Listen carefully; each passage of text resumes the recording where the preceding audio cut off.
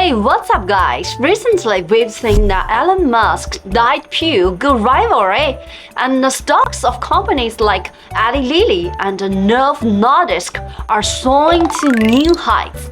But hey, not everyone's popping the campaign. This could put some pressure on snack brands that have been leaning towards the junk food side of the marketing.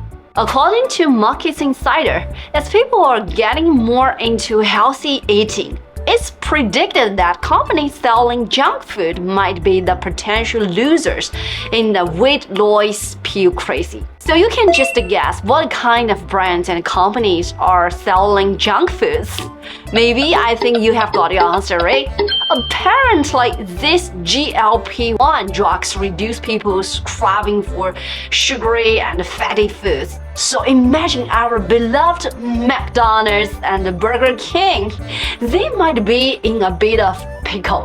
But guess what? The reality is McDonald's just released their financial report for the third quarter of the 2023 fiscal year. And their sales have actually increased by a whopping 14%. Compared to last year, reaching a staggering $6,692 billion, beating analysts' expectation of $6,577 billion.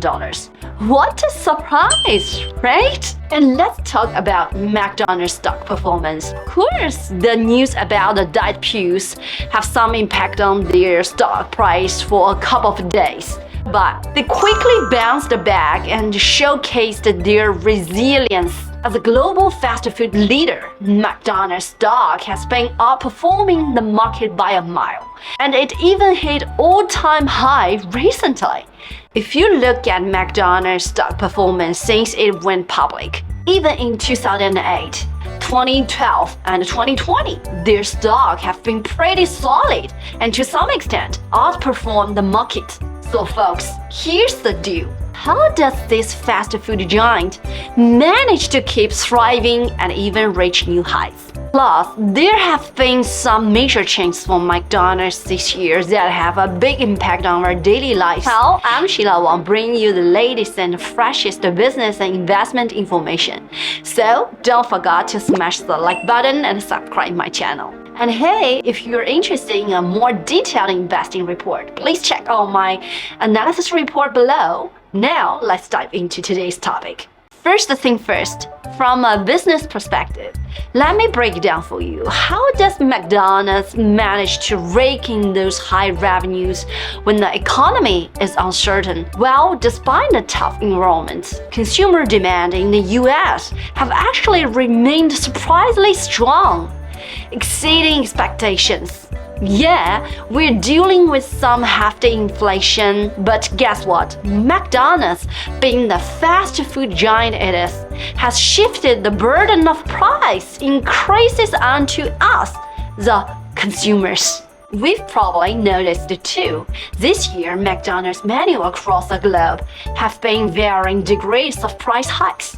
In July, for the first time in 14 years, they bumped up the price of their cheeseburgers in the UK. In September, some of their popular items in Australia saw nearly double the price. At the end of September, McDonald's in Japan announced they'd be raising prices by around 60% due to raising costs and currency fluctuation. And back in the USA, McDonald's already raised the prices by 8% in their first quarter report, and they even scrapped some of their promotions. In the first 3 quarters of this year, McDonald's US sales reached a staggering $7,042 billion and a 4.5% increase compared to the same period in 2021. And do you know what's driving that growth? Yeah, those menu price hikes. So, in simple terms, by shifting the burden of cost increases onto us consumers, McDonald's has not only achieved a steady performance, but also gained recognition from the capital markets. What's more, the McDonald's has this killer business model that all about low-risk assets. It's like their secret sauce for staying on top. And get this, a lot of people don't even realize that nowadays, the big bucks for McDonald's are coming from the real estate rentals and brand license. Yeah, flipping burgers and fries is just a side hustle for them. McDonald's has this mind-blowing 4-tier promote, and let me tell you, the 4th tier is where the magic happens. Firstly, we've got the operational revenue, where they make money by selling their products and pocketing the difference. This seems like the most important source of income, right? But it actually only makes up 1% of McDonald's overall revenue. Get this, they give most of that profit to their franchises to attract more of them and expand their brand's influence. So, in a nutshell, they're not making much from selling burgers and stuffs. Next up, we've got the supply chain revenue. This bad boy contributes 20% to McDonald's total revenue. Since McDonald's give away most of the product profits to their franchises, they attracted a ton of them all over the world. And with over 40,000 stores globally, McDonald's have some serious bargaining power in the supply chain. Let me give you an example. If you want to be a chicken supplier for McDonald's, you gotta use your specified feed and chicks. Heck, they even dictate the chicken coops and lighting. So guess what? McDonald's can charge higher price for feed and chicks and make cooling. Others sell feed for $300, right? McDonald's can charge $400. Someone else sell chicks for $5. McDonald's can charge even for $8. And if suppliers refuse to play their rules, they can say goodbye to the collaboration. And if suppliers refuse to play with their rules, they can just say goodbye to collaboration. Moving on to the 3rd tier, we've got systematic revenue, which accounts for 30% of McDonald's overall revenue. The headquarters take care of everything from choosing locations, decorating and equipping restaurants to managing operation and hiring employees. They've got a whole system in place, and they pass on their proven strategies and management systems to their franchises. Once a store starts making profits, the headquarters sell it to the franchise.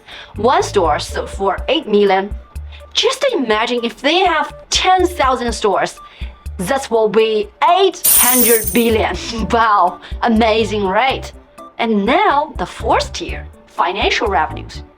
Here's where things get really interesting, you see. Before McDonald's came into the picture, some areas were like ghost towns. Nobody wanted to be there. But guess what? When McDonald's sets up shops, those areas become hotspots. Land prices and rent skyrocket. Okay, they set up a real estate fund and snatch up those properties at rock bottom prices or list them for 30 years at a steal.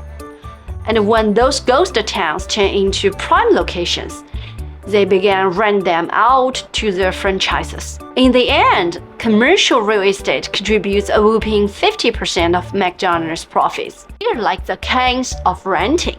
So, my friend, McDonald's success is all about their strategic genius. They established their overall strategy of making bank from real estate 60 years ago. And on top of that, they keep refining their tactics, providing top-notch standardized management and service experience. And guess what? They duplicate that success worldwide, making McDonald's an unstoppable force in the fast food game. Mind-blowing, right? So now we're about to spill the beans on their global domination plans. Especially in China, I mean, you won't believe that's been going on. McDonald's bought back its own brand. Its valuation skyrocketed 5 times. That's right, they are making serious dough in Chinese market. How did they do? You may be asked this question, right? Well, a big shout out goes to CITC, which means China International Trust and Investment Corporation, and Carlyle, who became shareholders in 2017 and brought the whole localization game to the table. They understood the Chinese use like nobody else and rocketed the digital marketing scene.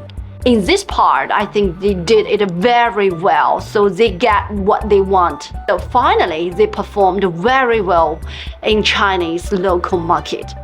But hold on, my friend, because the game is changing now. With the rise of local Chinese dining options, international giants like McDonald's and Starbucks faced new challenges. So for McDonald's, going all in on Chinese market wasn't just a multiple choice question. It was a full-on challenge. And guess what? On November 20th this year, McDonald's announced they're acquiring 28% of McDonald's China shares held by Carlyle. This deal is expected to close in the first quarter of 2024. According to the financial statements, after this transaction, CITIC Consortium will continue to hold a controlling stake of 52% in the company, while McDonald's global stake will increase from 20% to 48%. Now, that's what I call a powerful move. This ownership change in McDonald's often reveals their future moves.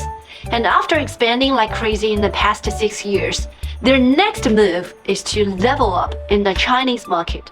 It's all part of their master plan to deepen their strategic layout. And that's not all, my friend. On December 6th, McDonald's China and Huawei made a big announcement. McDonald's China applications is going to be powered by Harmony OS for native application development. With over 5,500 restaurants, more than 200,000 employees, and serving over 1 billion consumers every year, McDonald's China is one of the first global restaurant chains to jump on the Harmony OS native application development bandwagon. From where you can say their ambitions and strategic deployments. The last but not the least, why we can still keep confidence on McDonald's is because McDonald's is a capital safe haven and is a solid investment for our investors. One of the reasons McDonald's have become a capital safe haven is its long-standing track record of high returns in the stock market. And do you know what does that mean?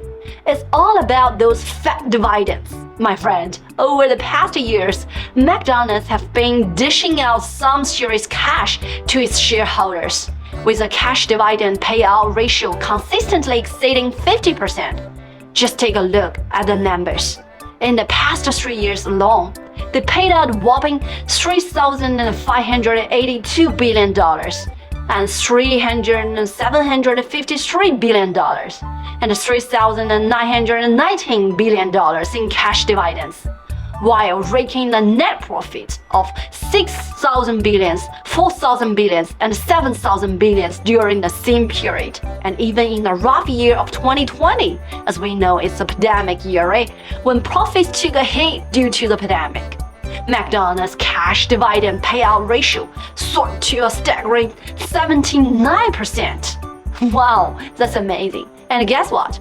In the first 3 quarters of this year, already dished out a cash dividend of $0.15 per share, with a total payout of $3,057 billion. But wait, what's more?